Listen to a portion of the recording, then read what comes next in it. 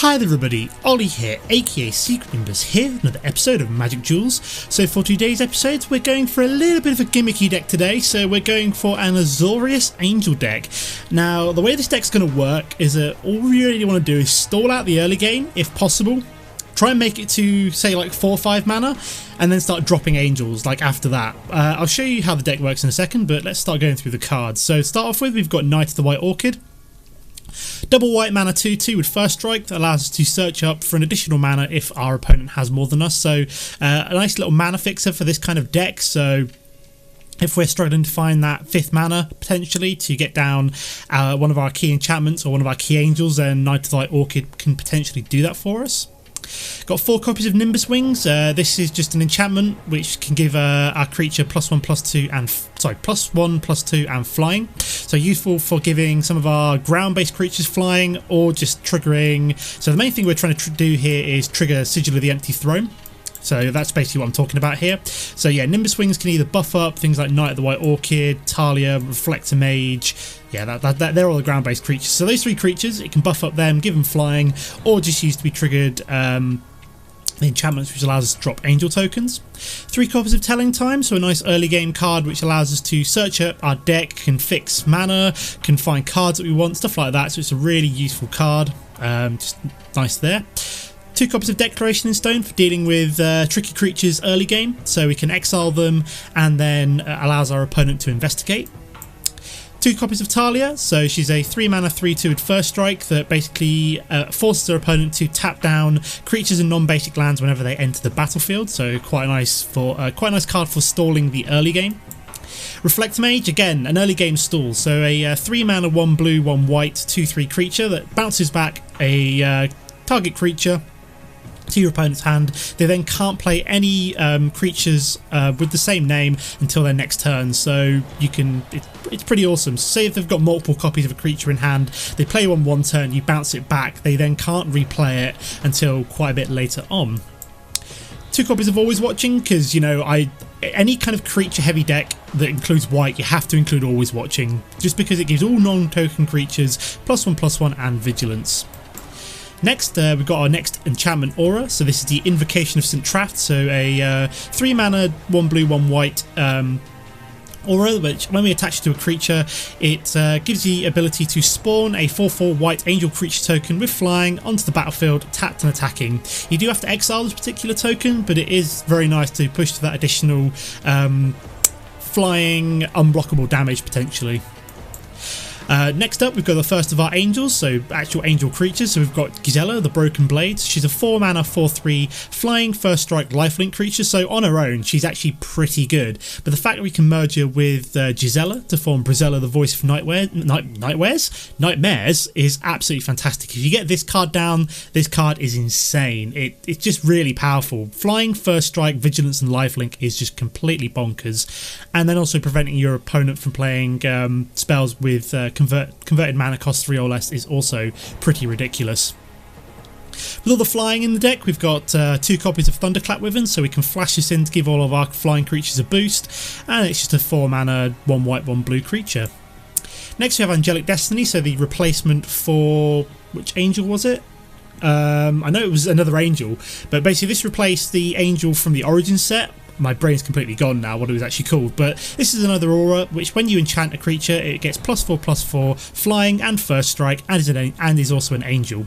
Also when the creature dies we get to return this to our hand, so you know, a really cool enchantment. We've got Suppression Bonds, so this card is awesome for dealing with pretty much anything. So this can deal with planeswalkers, this can deal with big creatures, this can deal with pretty much anything which has an activated ability, and it just stops anything being activated or tapped, so it's pretty crazy. I do like Suppression Bonds. Next up we have the Archangel Avacyn, so 5 mana 4/4 flash flying vigilance. When it enters the battlefield all creatures get indestructible. Whenever another creature of ours is destroyed we get to flip it into Avacyn the Purifier, which deals 3 damage across the board, and then she's a flying 6/5 creature. Next we have 2 copies of Sigil of the Empty Throne, so with all the auras and enchantments in this deck, you know, we want to drop this one on turn 5 and then start generating angel tokens. So the fact that you can generate 4/4 flying angel tokens is pretty fantastic with this. We've got plenty of ways of activating it. Suppression Bonds activates it, Angelic Destiny activates it, Invocation of St. Traft, Always Watching, and Nimbus Wings all activate Sigil of the Empty Throne. And even the second Sigil of the Empty Throne would trigger this as well. So, you know, you could have a double whammy. Next up, we've got a couple of copies of Planar Outburst, so in case we are stuck and we're being face down with a lot of aggressive creatures, we can potentially Planar Outburst down, sweep away the board, and then just fill up back again with a lot of our expensive angels. So now we're on to the business end of this deck. So we've got Linvala the Preserver. She's a 6 mana 5/5 flyer. When she enters the battlefield, we can gain 5 life if we have less life than our opponent, so a good life gain creature. Also, if our opponent has more creatures than us, we can also put an additional 3/3 white angel creature token onto the battlefield as well, so it can either give us life or give us bonus creatures. Subjugator Angel, a 6 mana 4/3 flyer. Also, when it enters the battlefield, we get to tap down all creatures our opponent controls, so can go for a big swing after playing the Subjugator Angel. Got Emeria Shepherd, so the is a 7 mana 4/4, so quite expensive for a 4/4, but the best bit about this one is the landfall ability. So whenever a land enters the battlefield, we get to return target creature card from our graveyard to our hand. If it's a plane, we may put it onto the battlefield instead, so a potential reanimator card. And then finally, we've got Bruna the Fading Light, so 7 mana 5/7, already pretty powerful with the flying and the vigilance, but again, like I said, merging it with Gisela to form Brizella is pretty fantastic. In terms of the mana base, we're running 24 mana, we're running 9 plains, 7 islands, 2 each of the Azorius coloured lands, and a couple of Westvale Abbeys in case we want to generate humans, and then also maybe even generate Ormondal as well if we get enough creatures down. Okay, that is the deck. Let's go play some games. Okay guys, here we are for game number 1. That was a pretty complicated name, so I will read it out properly in a second. This, if that was a blue mana, I would keep this hand just because we have the telling time, but we can't really keep that. This one is not too bad. We've got, yeah, this is actually really cool. We've got 3 creatures we can play and 4 mana, so I'm pretty happy with this opening hand. The potential Knight of the White Orchid could get us a bonus mana as well, just because our opponent has gone first, so the Knight of the White Orchid is more powerful in that regards, as he will be getting to 3 mana before us. So we're going to drop the Meandering River to begin with. Found the Emeria Shepherd, so a potential late game creature. Yeah, I almost don't want to play out Knight of the White Orchid on turn 2, just because I would like to get that bonus mana. Got Gather the Pack, reveal the top 5 cards of your library. Okay, so we've got Nissa or Vest of Nascency, I'm guessing. You may put a creature card. Okay, so he's gone for... Okay, all of that just went into the graveyard then, because it was put a creature card from among them into your hand. Sucks to be him. We'll go for the plains here. Like I said, won't play out the knight quite yet. We really want our opponent to have more mana than us to make this more viable. So we might wait for Thalia. I might put Thalia down this turn and then maybe go for Knight of the White Orchid on turn 4. Then think about Gisela on turn 5. So, okay, never mind. We could potentially... He's already put more mana down, so... yeah, I'm going to go for the Knight of the White Orchid now. We've got the Reflector Mage, so any creatures he might play we can just bounce back. Yep, we'll go for the Prairie stream. May as well go for the dual-coloured mana. Fortunately, we don't quite have enough to actually play out Thalia this turn, but that's okay. We will have 5 mana to play around with next turn. Okay, so he's gone for Gideon. So we kind of want to get Gisela down as fast as possible. Probably this turn.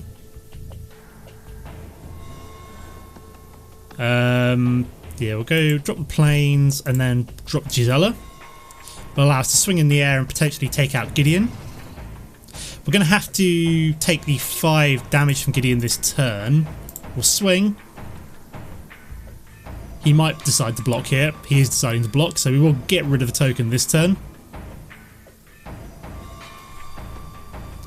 So how much mana we got? 1, 2, 3, 4, 5, 6, 7. So we do have enough for Emeria Shepherd. So providing we find 1 more mana, we know that we can, at turn 8, actually resurrect something. So like I said, he is going to +1 Gideon and swing for 5.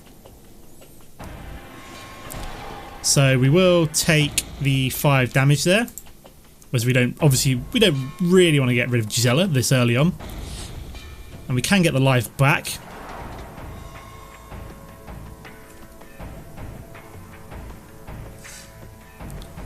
So he's played out a Duskwatch Recruiter. So at this point, he is actually activating that. So what we're going to do is we're going to Reflector Mage this, kill Gideon. And then potentially, so he's found a Tireless Tracker. Yeah, we're going to Reflector Mage this, kill Gideon, and then probably play out Thalia. So yeah, we'll do this pre-combat so we can bounce you back.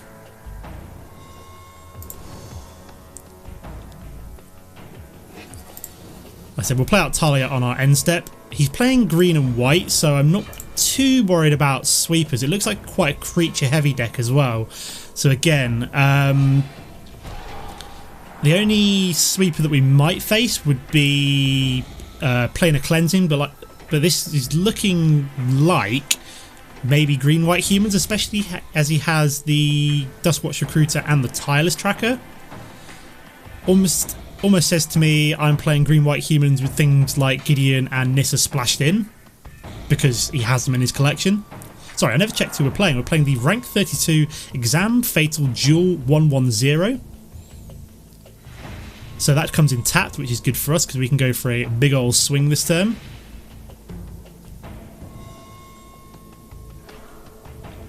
So he's going to activate that straight away. What I'd really like to see right now would be Bruna, would be awesome.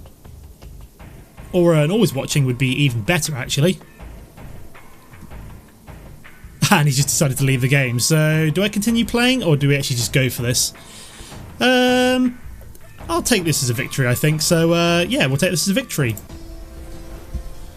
Okay guys, here we are for game number 2. We're playing the rank 15 Theo.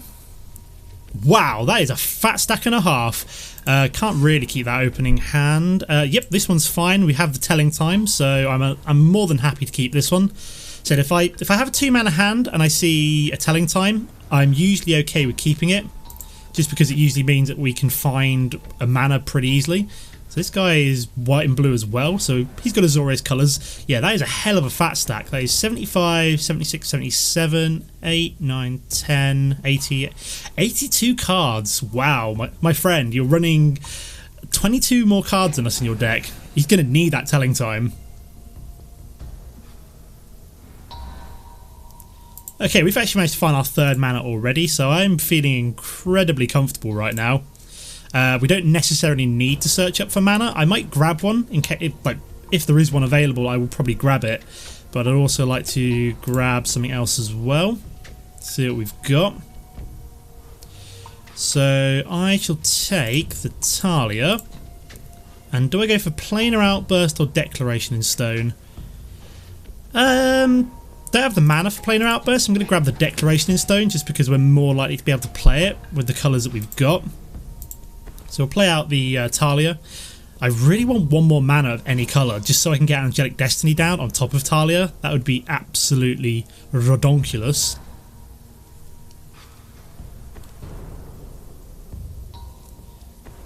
So he's going to telling time again. He's still digging for things. So this is the problem with running a fat stack, everybody. You can't find what you're looking for. I'm always amazed when I get beaten by fat stacks just because I'm like, how did they actually find anything that they really wanted? It's difficult enough in this game finding exactly what we wanted. So yeah, we're actually going to do Angelic Destiny this turn. Yeah, it's difficult enough finding exactly what we want when you've only got 60 cards in your deck in this game, let alone running 80 odd. So he's 2 turns away from dying now, as we've got the flyer in the air. Solemn Offering, so he's going to destroy my Angelic Destiny. It's a shame, but not the end of the world. So we will gain 4 life from that, but that's all he's going to be able to do. We do have the Emeria Shepherd, so we're not going to be able to play that anytime soon. I'm going to use the Nimbus Wings just because I want to be able to keep pushing through more damage. Gideon's Reproach. Okay, so that's annoying. So he's just got a lot of control cards so far, apparently. Can you play out a creature so I can play out my Reflector Mage, please? Would be fantastic right about now. Wouldn't mind a 5th mana, just so I can potentially play... So he's drawing, what, like 2 cards there? Is that comparative analysis? Yeah. Okay, so we've got a Nimbus Wings, so I'm going to have to play out Reflector Mage here because I don't really have much choice. I need to be, you know, keep on top of things here. Wouldn't mind Gisela would be nice as well. Okay, so he's finally found a creature. He has found the Towergeist. So let's see what we find. We can trade with that quite nicely already on its own, providing he doesn't have some kind of pump spell. Okay, there's a 5th mana that we need, so I really want to see... I think we're going to swing. And he's going to block, okay. And Shrouding Mist, so... Okay, so he's going to prevent all damage that would be dealt to it. So do we declare it in stone? Yeah, I think we do. Got Suppression Bonds for anything bigger. So we're on 5 mana here. I still don't know what kind of deck this guy's playing. I've just seen a lot of control so far, really. He's just like jammed like every single control card into this deck and hoping that it actually works. 6 mana, so we're 1 away from Emeria Shepherd, so we could potentially bring back Thalia, Reflector Mage, stuff like that in future. I can also return things like Angelic Destiny as well, is quite cool. There's mana number 7, so I don't really want to play out Emeria Shepherd this turn. Reason being, if he's got something like a Declaration in Stone, I want to be able to actually trigger Emeria Shepherd first. This guy has been about the most negative you can be when it comes to a game. He's down to 60 cards though. Okay, we found Archangel Avacyn, so we're probably going to flash you in on his end step now. See what he does first. There's nothing really else we can do apart from play out Avacyn.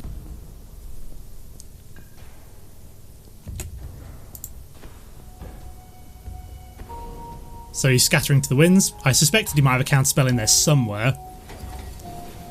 But nice we've got planes here. We've got Subjugator Angel. I'm going to play Emeria Shepherd out. We need to... Oh, come on. So he gets to investigate 3 times off of that as well. At least we've got the Subjugator Angel, I suppose.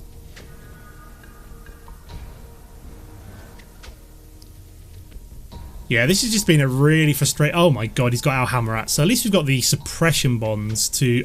Can he... Oh my god. You choose the name of a non-land card. So he's chosen Suppression Bonds. Your opponent... Ah, that is really quite tricksy. Oh my god, I forgot about that. We can't play either of these while it's on the battlefield. If he's got another counterspell, I will be very, very angry. So I could do with another Declaration in Stone. This is where I'm actually going to lose to a fat stack. Like I said, he's just jammed in every single card possible. So I am not going... I'm going to skip blocking there.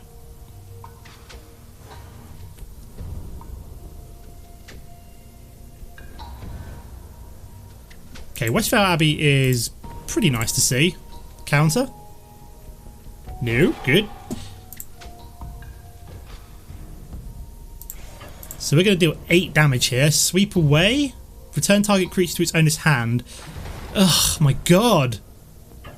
Ah, at least we get to still deal 4 damage though. That's not too bad. And he's going to Celestial Flare it as well. Oh my god, this is frustrating. This has been very frustrating.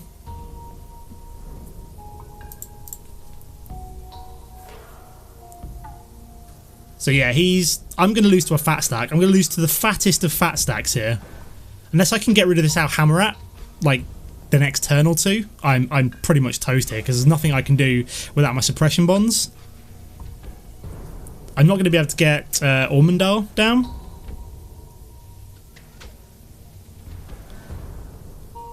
Subjugator Angel. Oh yeah, forgot about you. You're back again. Oh, and of course he's got another counterspell. This has been frustrating. Yes. Oh, can't believe I'm going to lose to a fat stack. This has been ridiculous. This has been completely ridiculous. I can't believe I've lost to this. I've been a bit unlucky, I feel, as well.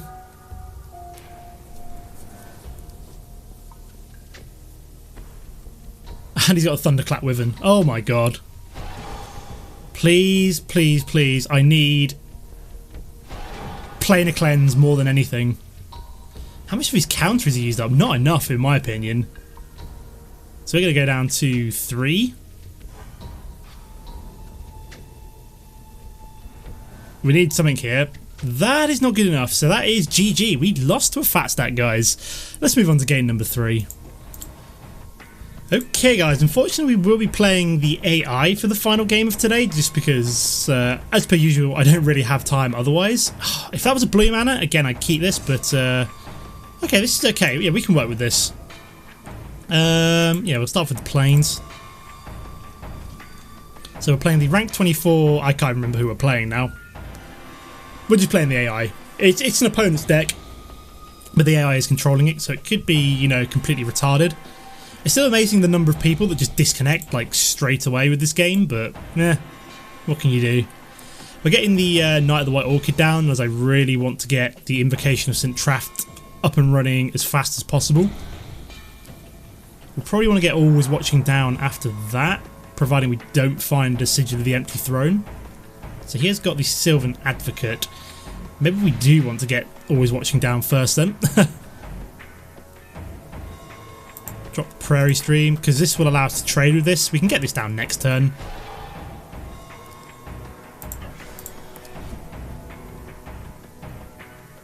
Is he going to block? I didn't think he would somehow. It's only 3 damage right at the beginning of the game. So yeah, we want to get this down next turn ideally. We do want to get Westvale Abbey down at some point. Ugh, Fleshbag Marauder. Wow. That sucks. That sucks hard. Okay, so we're not going to get the Invocation of St. Traft down anymore. Unless we find another creature to put it on. Could do with a Thalia. Nope, we're just going to find a mana. So this game is...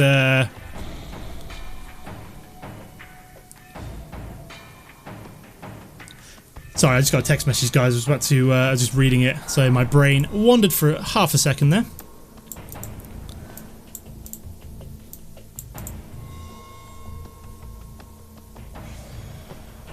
So he's going to be able to swing for 2 again, take us down to 16.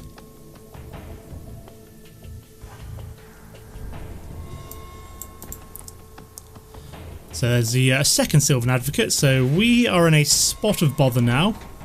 Against the AI, of course. Because we've all we've top decked is mana so far, I think. Yeah, all we've drawn is mana. Okay, Emeria Shepherd will be good in the future. 1, 2, 3, 4, 5, 6, 7. Yeah, Emeria Shepherd will be good in a couple of turns' time. It just it's yet to be determined if we'll actually make it to that far.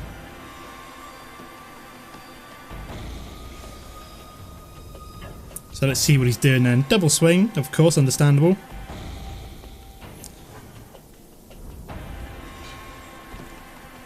And we've got Liliana as well, so I could really do with a Planar Cleanse. Heart of the cards and all that. Come on, rub the deck. That is not what I was looking for. Okay, so 1, 2, 3, 4, 5, 6. We can get Emeria Shepherd down next turn as a potential blocker. 1, 2, 3. How many manas does he need to... He needs 6 or more mana to give these... Ugh, we are going down to 6 here, guys. This is not particularly fun.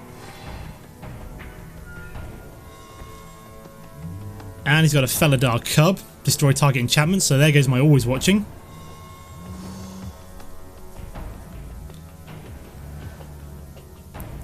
Okay, we've got Linvala. That is actually really good for us. I'll go for the Westvale Abbey. 1, 2, 3. Yeah, because we can go for Emeria Shepherd next turn. So this gains us 5 life and gets us an additional creature as well. So that was actually a really good draw for us. And he's got an always... Oh, of course he's got an Angry Stud making. At least we can kill one of these this turn. Potentially Liliana. Depends what he swings with here. Oh, come on! That is just not cool, guys. So we're going to take 8 damage here. Yep, 8 damage. So unless I get a Planar Cleanse, I think I'm dead. Oh, that now he's going to destroy my Always Watching. Oh, sorry, I thought it was a Battle Cry. Oh, and he's also got Liliana as well. So what, we have to discard a card. Go for the Invocation just because it's the least useful. Okay, we're going to go for the Emeria Shepherd. And then we're going to bring back Knight of the White Orchid.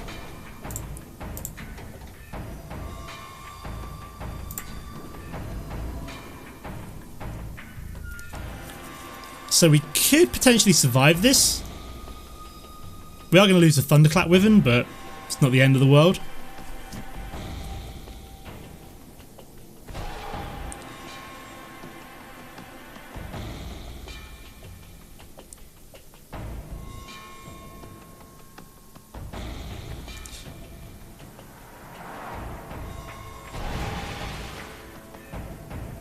So I'm just responding to another text message, guys. It's pretty important. Oh my god, he's got the blooming Woodland Wanderer as well.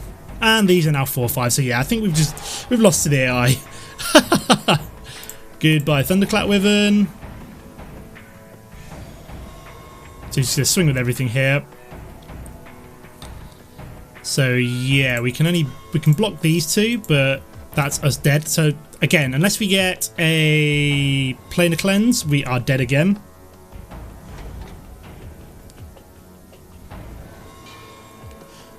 And that is useless. So yeah, let's just kill ourselves. There we go. Yeah, so those last two, the first game went pretty much to script. These last two games not quite so much, but yeah, this is a fun deck. If you can get the ball rolling, it's more of a gimmicky deck. This one, I just really wanted to run the Angels, and these two colours did seem like the best. I have seen other combinations like green and white, other ones as well, but I wanted to go green blue. It works some of the time. Like I said, it's a gimmicky deck. It's not meant to be competitive. I just wanted to have a bit of fun. So yeah, as always, guys, don't forget to comment and like if you enjoyed the episode, and I'll see you next time. Goodbye.